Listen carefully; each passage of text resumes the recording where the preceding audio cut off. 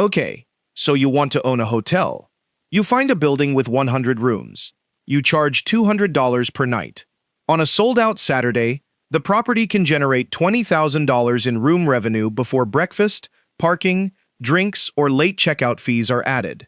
It sounds like a machine that prints money. But a hotel sells one of the strangest products in business. Every room you fail to sell tonight becomes worthless at midnight. You cannot place the unused night in storage. You cannot sell 2 nights in the same room tomorrow to recover the loss. The inventory disappears, the mortgage does not. That is the first thing outsiders misunderstand about hotels. You are not simply buying a building and collecting rent. You are buying a perishable inventory business, a 24-hour operating company, and a leveraged real estate asset, all stacked inside the same property.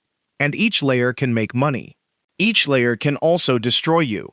By the end of this, you will understand what it costs to enter the hotel business, why a busy lobby does not guarantee a profitable property, where the money actually comes from, and why the most dangerous number in a hotel is sometimes not the room rate. It is the number of empty rooms at midnight. There are several ways to become a hotel owner. You can buy land and build from scratch. You can acquire an operating hotel. You can convert an office building, apartment property, or historic structure. You can buy an independent hotel and keep it independent. Or you can attach the property to a major brand. Every route has a different risk. But none of them is cheap. In the United States, hotel development surveys have placed limited service and mid-scale extended stay projects in the neighborhood of roughly $160,000 to $170,000 per room. Upscale select service projects can reach around $250,000 per room before unusually expensive land, financing, or luxury finishes are added. So, a 100-room property can easily represent an investment of $16 million to $25 million. In a major city, resort market, or difficult construction environment, the number can move far beyond that, and the room count is not the same as the product. You are also paying for elevators, fire systems, kitchens, laundry equipment, hallways, parking, meeting space, security, software, furniture, permits, design, pre-opening staff, and months of working capital. None of those areas can be sold on a booking website as room nights, but all of them must exist before the first guest arrives. Then comes the financing. Most owners do not write one enormous check. They combine their own equity with bank debt, private credit, construction loans, or investor capital. That makes the project possible, but it also changes the economics. Debt is patient while the hotel is being designed. It becomes much less patient once payments begin. A new property may need time to build reviews, win corporate accounts, train staff, and reach stable occupancy. But interest payments do not wait for the hotel to become popular. The owner can be correct about the long-term location and still run out of cash during the ramp-up. That is why a hotel can be valuable on paper and financially suffocating in real life. To understand the operating business, you need 3 numbers. The first is occupancy, the percentage of available rooms that were sold. The second is ADR, or average daily rate, the average price paid for the rooms that were sold. The third is RevPAR, or revenue per available room. RevPAR combines price and occupancy, because a high room rate means very little if most of the building is empty. Imagine 2 100-room hotels. Hotel A sells 90 rooms at $120 each. It generates $10,800 in room revenue. Hotel B sells 60 rooms at $180 each. It also generates $10,800. Same room revenue. Different business. Hotel A has more occupied rooms to clean, more guests using breakfast, more towels, more check-ins, more complaints, and more wear on the property. Hotel B may produce the same room revenue with lower variable operating pressure. But Hotel B also has 40 empty rooms. If demand weakens slightly, its revenue falls quickly. If Hotel A raises prices without losing too many guests, its economics may improve dramatically. This is why hotel pricing is not simply about charging as much as possible. The owner is trying to sell the right room, to the right customer, at the right price, through the right channel, before the clock runs out.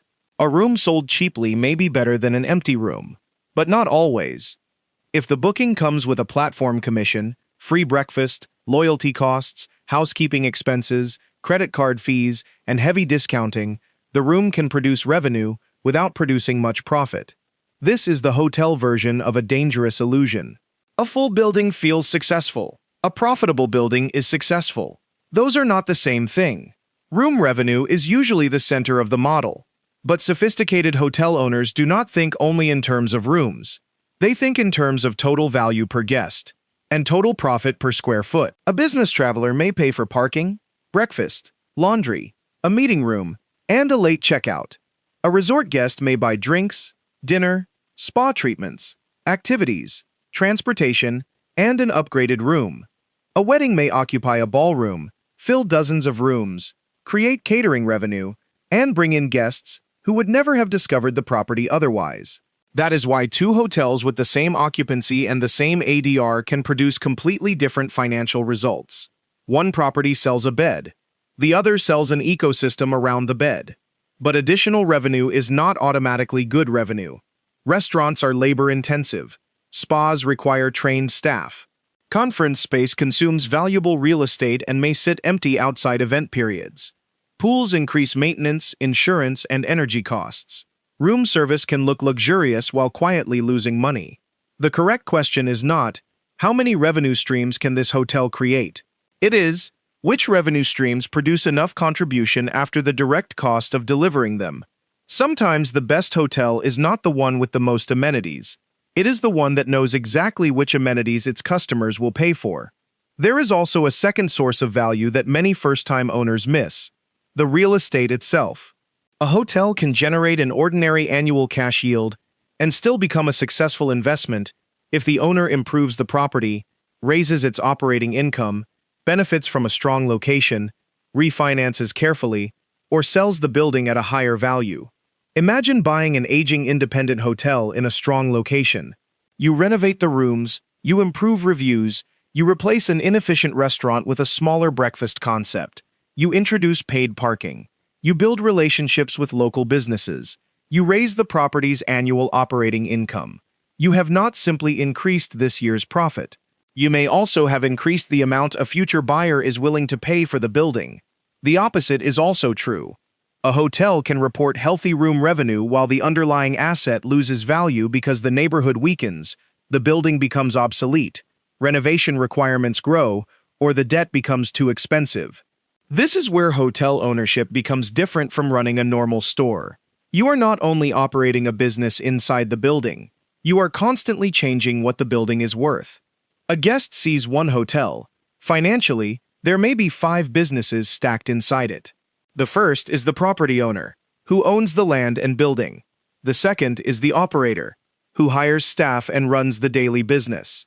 The third is the brand, which provides a name, standards, reservation systems, and a loyalty network. The fourth is the booking platform, which brings customers through search and comparison. The fifth is the lender, which finances the asset and has the first legal claim on scheduled debt payments.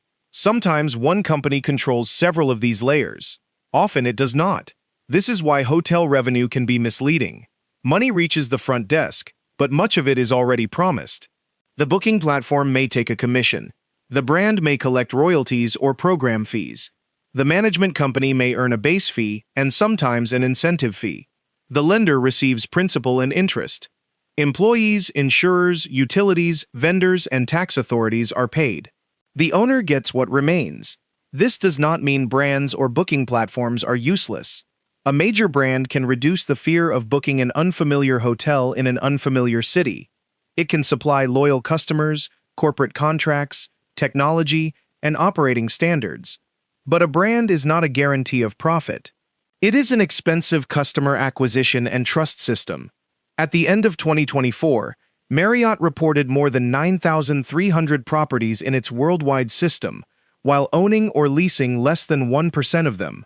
Its business is built primarily around management, franchising, and licensing, rather than owning most of the underlying real estate.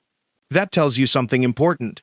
The building owner and the brand are participating in the same hotel economy, but they are not playing the same game.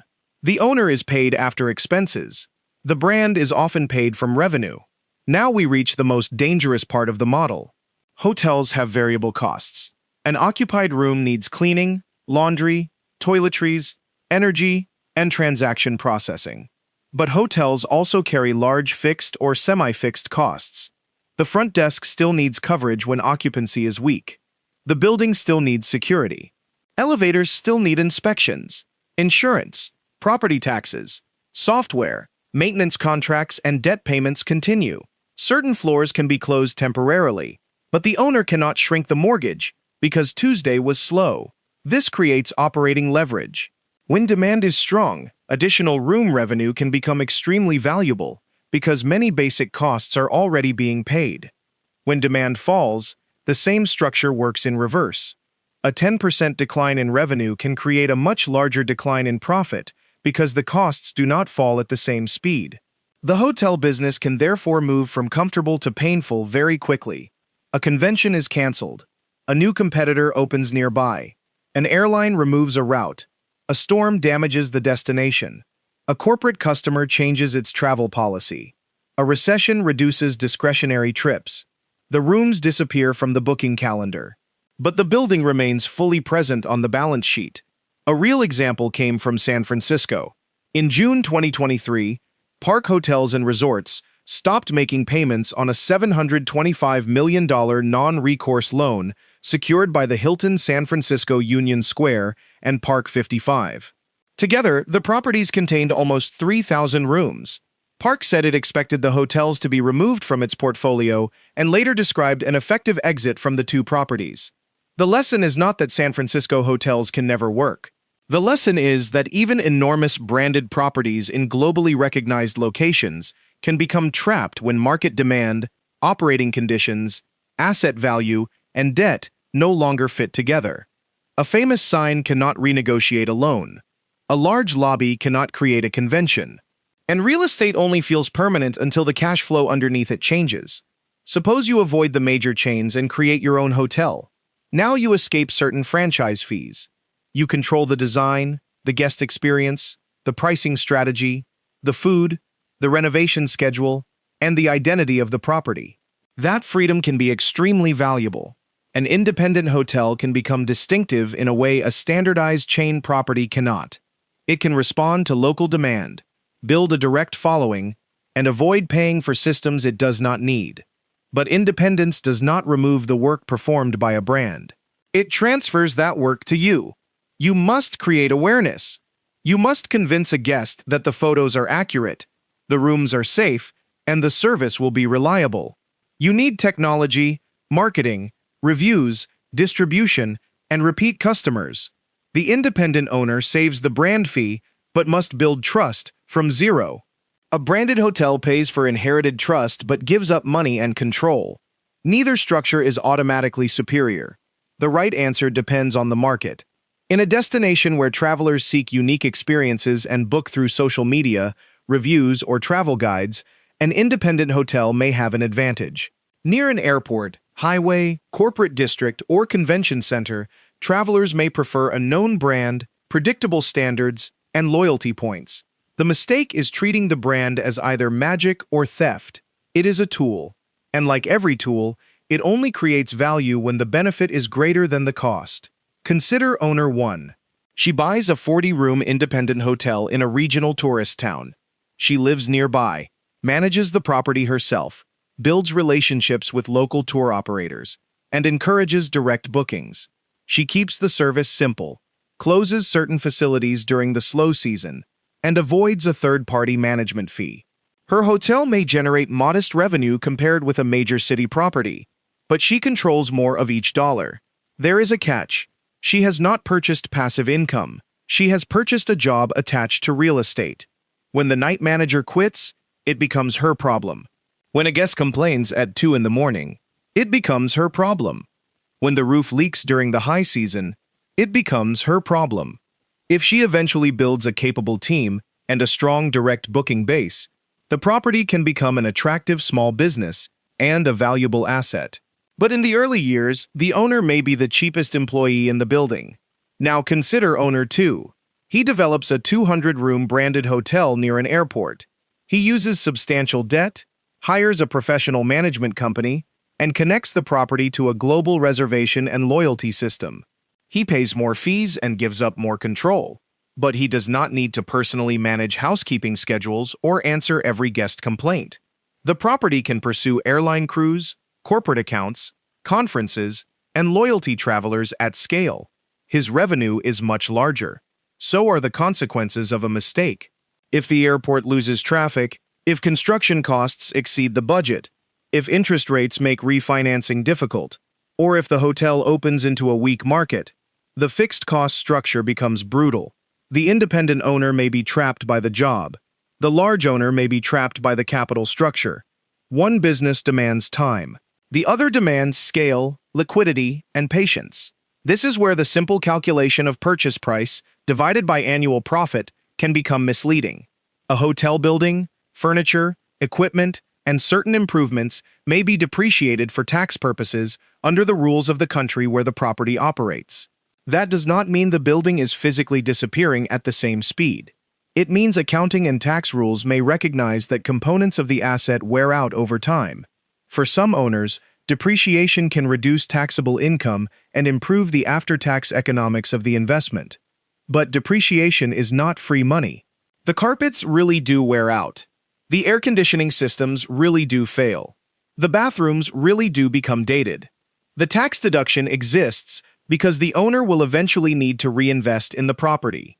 An owner who treats depreciation as profit while ignoring future capital expenditure is borrowing from the hotel's future appearance.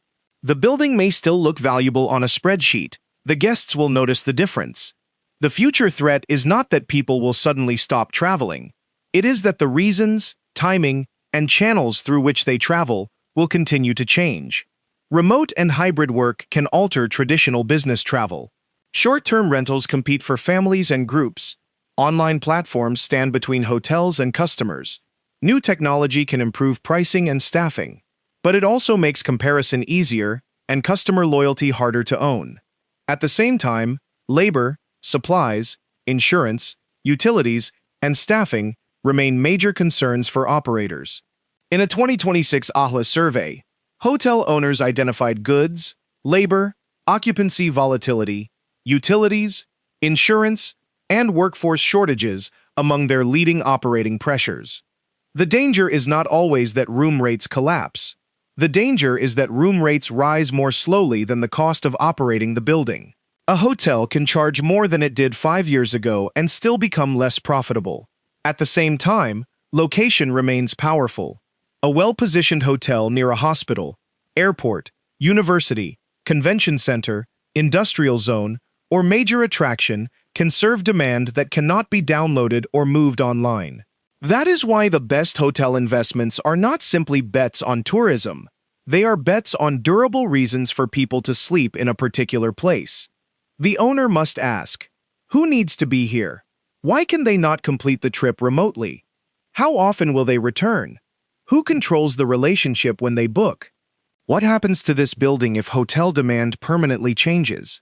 That last question matters, because the exit value may depend on more than the existing operation. Some properties can be repositioned, rebranded, converted, expanded, or sold for another use. Others are so specialized, overbuilt, or poorly located that the building has very little flexibility. A hotel with optionality is an asset. A hotel with only one possible future can become a very expensive obligation. So, what actually makes a good hotel investment? Not simply high room prices, not simply high occupancy, not simply a famous brand. A strong hotel usually needs several things to work at the same time. A location with durable demand, a purchase or construction price that leaves room for error, a debt structure that can survive weak periods, enough direct bookings to reduce dependence on intermediaries, a clear understanding of which amenities create profit and which merely create complexity, a realistic capital reserve for the day. The rooms, roof, elevators, bathrooms, and mechanical systems need to be replaced, and an exit strategy that does not depend on everything going perfectly. That is the actual economics of owning a hotel. You are not buying 100 rooms. You are buying 100 products that expire every night. inside a building whose bills never sleep. Price those rooms correctly, control distribution, manage labor, protect the balance sheet, and choose a location with durable demand.